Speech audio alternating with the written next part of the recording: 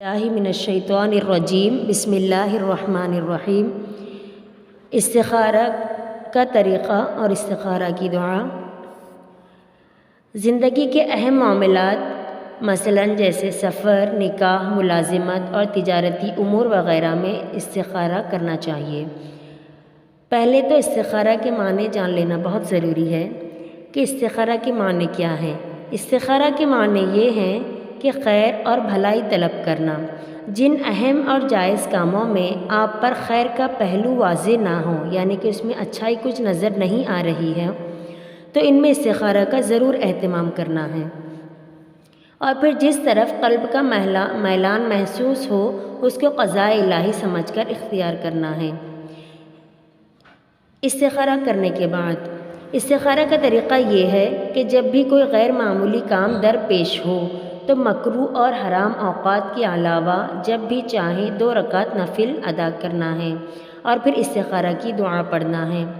حضرت سعد بن ابی وقاص رضی اللہ کا بیان ہے کہ نبی کریم صلی اللہ علیہ وسلم نے فرمایا، خدا سے استخارہ کرنا اولاد آدم کی سعادت ہے، اور قضاء الہی پر راضی ہو جانا بھی اولاد آدم کی سعادت ہے، یعنی کہ جو اللہ کی مرضی ہو۔ اور اولاد آدم کی بدبختی یعنی کہ برائی یہ ہے کہ وہ خدا سے استخارہ نہ کرے، یعنی کہ اللہ سے مشورہ نہ لے اور خدا کی قضا پر ناخوش ہو۔ اور نبی صلی اللہ علیہ وسلم نے یہ بھی فرمایا، استخارہ کرنے والا کبھی نامراد نہیں ہوتا اور مشورہ کرنے والا کبھی نادم یعنی کہ شرمندہ نہیں ہوتا، اور کفایت سے کام لینے والا کبھی کسی کا محتاج نہیں ہوتا۔ حضرت جابر رضی اللہ کا بیان ہے کہ نبی صلی اللہ علیہ وسلم جس طرح ہمیں قرآن پڑھایا کرتے تھے، اسی طرح ہر کام میں استخارہ کرنے کی بھی تعلیم دیتے تھے۔ فرماتے، جب تم میں سے کوئی کسی اہم معاملے میں فکر مند ہو تو 2 رکعت نفل نماز پڑھ لو اور پھر یہ دعا پڑھو استخارہ کی۔ اللہم انی استخیرک بعلمک واستقدرک بقدرتک واسألک من فضلک العظیم فإنک تقدر ولا اقدر وتعلم ولا اعلم وانت علام الغیوب۔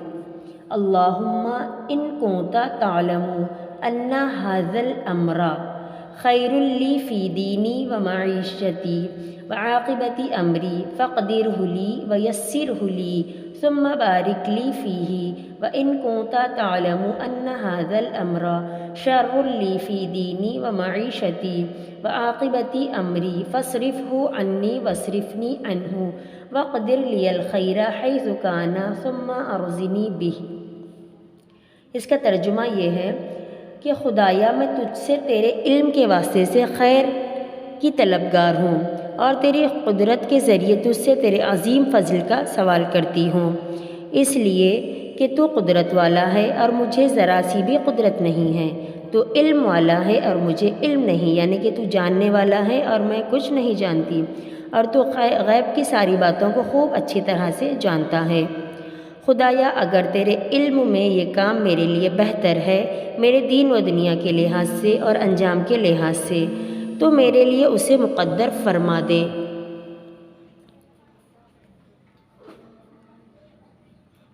اور میرے لیے اس کو آسان کر اور میرے لیے اس کو مبارک بنا دے، اور اگر تیرے علم میں یہ کام میرے لیے برا ہے